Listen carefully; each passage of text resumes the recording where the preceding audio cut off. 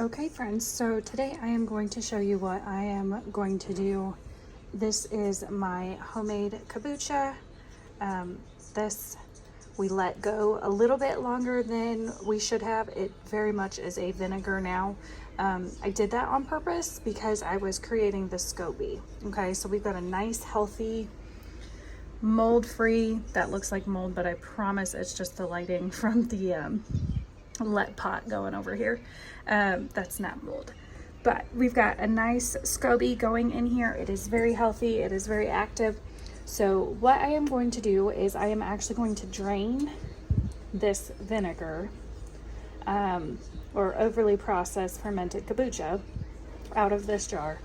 We are going to take this vinegar and we are actually going to make it into some homemade Italian fat-free dressing.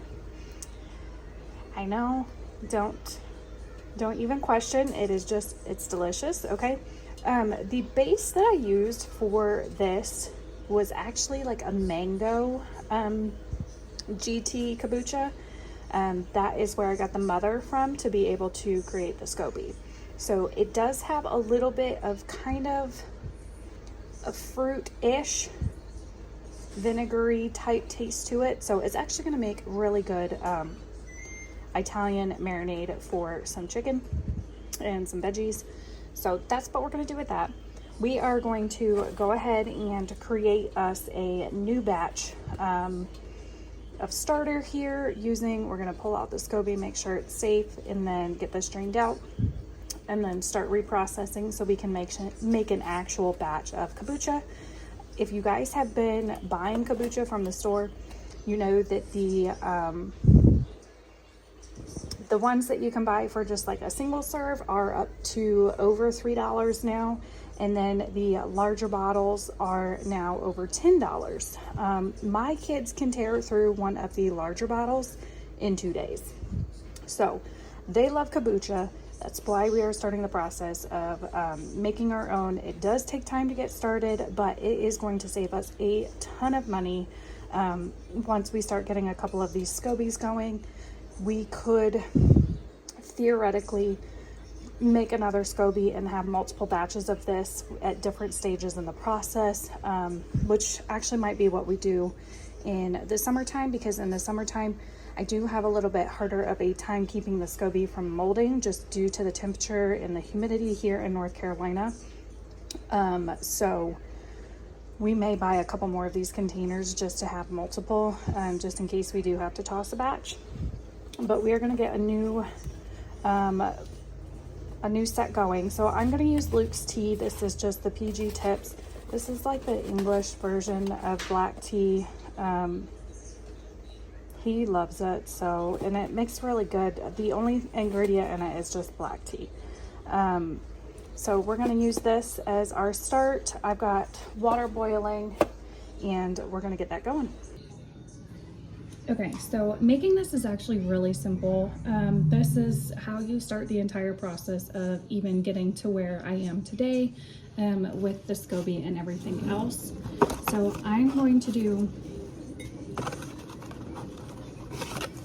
a strong batch because that is a bigger jug than this container, so this will be watered down. I'm going to do 3 bags of tea.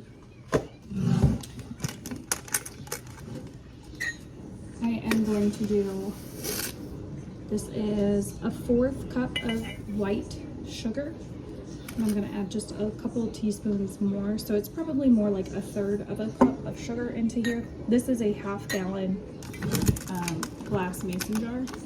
It's just what I prefer to get my brew started in. And then, ooh, I think I might have just broken the bottom of my jar. Did y'all hear that going? Yeah.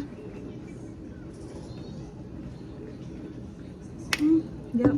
Okay, so we're gonna go get a new jar because obviously this one is compromised and I can see that there is a crack right here going, and that's not good. So BRB, we will go find something else to get this started in before this glass completely just busts.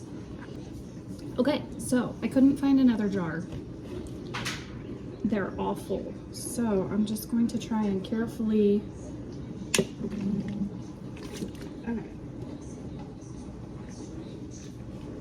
Oh yeah, I can definitely see that crack.